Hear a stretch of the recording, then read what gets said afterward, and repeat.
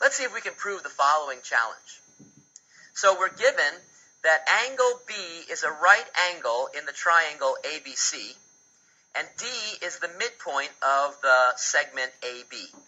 We're also told that E is the midpoint of BC.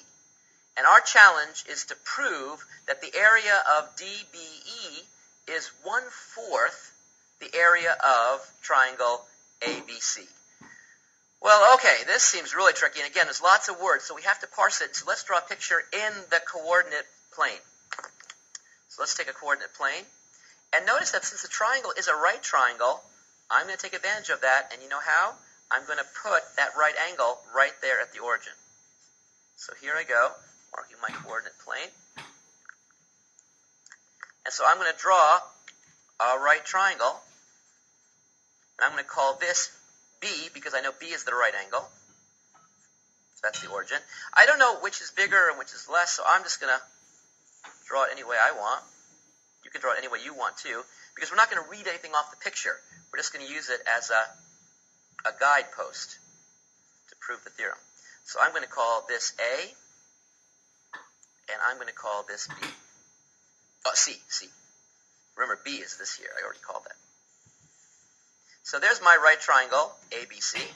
And I'm told that D is the midpoint of AB. So D is the midpoint, right in the middle. And E is the midpoint of BC. So E is right in the middle here. Now, if you drew this picture, it might look a little different than mine, but it should be equivalent in the sense that the corresponding everything should sort of be figuring out the same way. But you might have put the C up here, for example. It doesn't matter. As long as we carefully lay this thing out and B has the 90-degree angle, then we're all set. Okay, now on with all that, what are we supposed to prove? We're supposed to prove that the area of triangle DBE. There's a little triangle right in there. Do you see it? There's a little triangle right in there. Let me see if I can write it in for you so you can see it.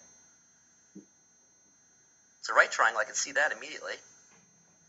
That the area of that little teeny triangle is 1/4 the area of this whole triangle. Wow, how am I going to do that?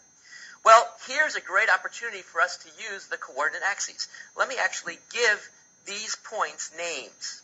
Okay, so the only thing I'm sure of, for example, with C, is that it lies on the x-axis. So I don't know what the x value is, but I know the y value is 0. So let's just say I'll call it M, 0, where this length is M. What about this point up here? Well, I'll call this length N, and so I'll write this point as 0, N, because I know it's on the y-axis. And this point, of course, we know is 0, 0. That's the friendliest one. Well, since I know that, in fact, D is the midpoint of this line segment, I can actually compute the coordinates of that. It's going to be 0, half of this length, or n over 2. So the coordinates here are 0, n over 2. And the coordinates here, well, it's going to be half of this length in the x direction. The whole thing is m, so this is going to be m over 2, but I'm still on the x-axis, so 0. Well, now I can actually compute all the areas.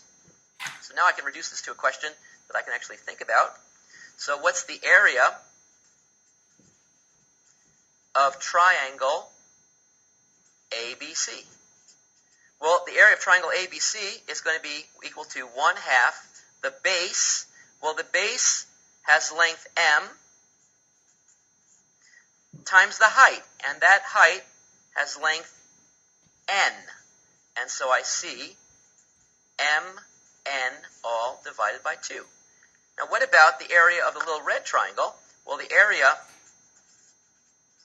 of triangle DBE equals 1/2 base. But now the base is just m over 2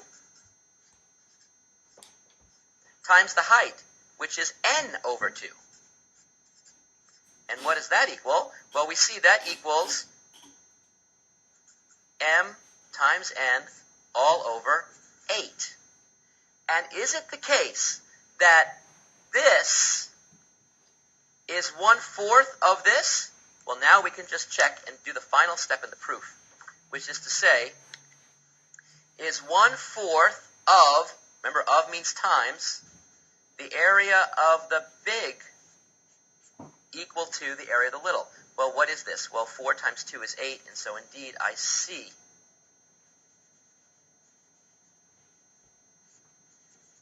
I get the exact same thing.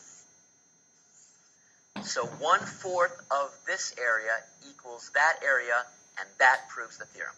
Kind of a long proof, but notice how we used all these clever ingredients to come together, and it's the proof that's really neat. I'll see you soon. Wait a second. Hey, so I just want to make one comment before we close this question out, which is if we look back at the original picture that we produced here, you see, since this is the midpoint of this, a really clever idea might have been, instead of calling this number m, we could have called it, say, 2 times m, and if we called it 2 times m, then this would have actually an easy coordinate. This would just then have been m alone. So if you don't like the halves, you could have had a picture that maybe looks like this, where you have 2 times something here, in this case 2j, and 2 times something here, say 2n, and therefore the midpoint would have x-coordinate n, and the midpoint here would have y-coordinate j. So then you can say no fractions. And so if fractions are an issue, you might want to consider that. Otherwise, you're all set. Congratulations, neat question.